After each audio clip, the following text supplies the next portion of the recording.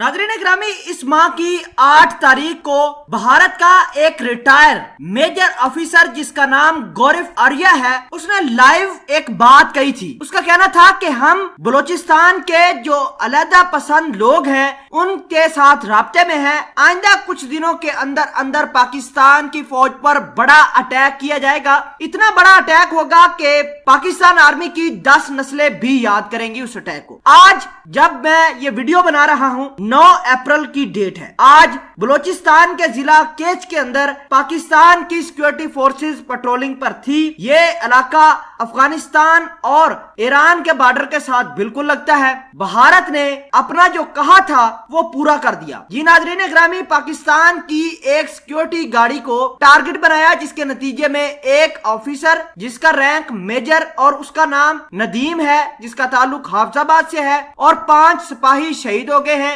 एक सिपाही जख्मी है जो हॉस्पिटल के अंदर एडमिट है। आपको पता चल गया होगा कि भारत और ये तमाम के तमाम जो हमारे आसपास गुंडे बैठे हुए हैं किस तरह हमारी आर्मी को टारगेट बना रहे हैं। आपको क्लियर करना चाहता हूं कि मेजर गौरव जो है उसने टीवी पर आकर ये बात कही थी कि पाकिस्तान आर्मी पर अटैक होने वाला है, और मैंने बलोच अलहदगी पसंद तहरीक के जितने भी लोग हैं उनके साथ राब्ता किया है, उन्होंने मुझे बताया है। इससे बात एक समझ में आती है कि भारत किस कदर अफगानिस्तान और ईरान के साथ सरहदी इलाकों में कितना एक्टिव है, बलूचिस्तान के अंदर कितना एक्टिव है और फाटा के अंदर कितना एक्टिव है। बड़ी सिंपल सी बात है कि अभी अटैक हुआ नहीं और इन मेजर साहब को पहले पता चल गया है कि पाकिस्तान की गाड़ी पर अटैक होगा, पाकिस्तान की नस्लें याद रखेंगे। हमारे जवान हमेशा से अपनी जानें पेश करते आए हैं और मुल्क की हिफाजत के लिए मजीद अपनी जानें कुर्बान करते रहेंगे, और वो भी क़यामत तक। रही बात भारत की जो टेररिस्ट स्पॉन्सर करते हैं, ये अब वक्त आ गया है कि हमने कोई ऐसा बड़ा काम करना है कि भारतीयों की नस्लें याद रखें। नाजरीन आपको बता दें कि हमने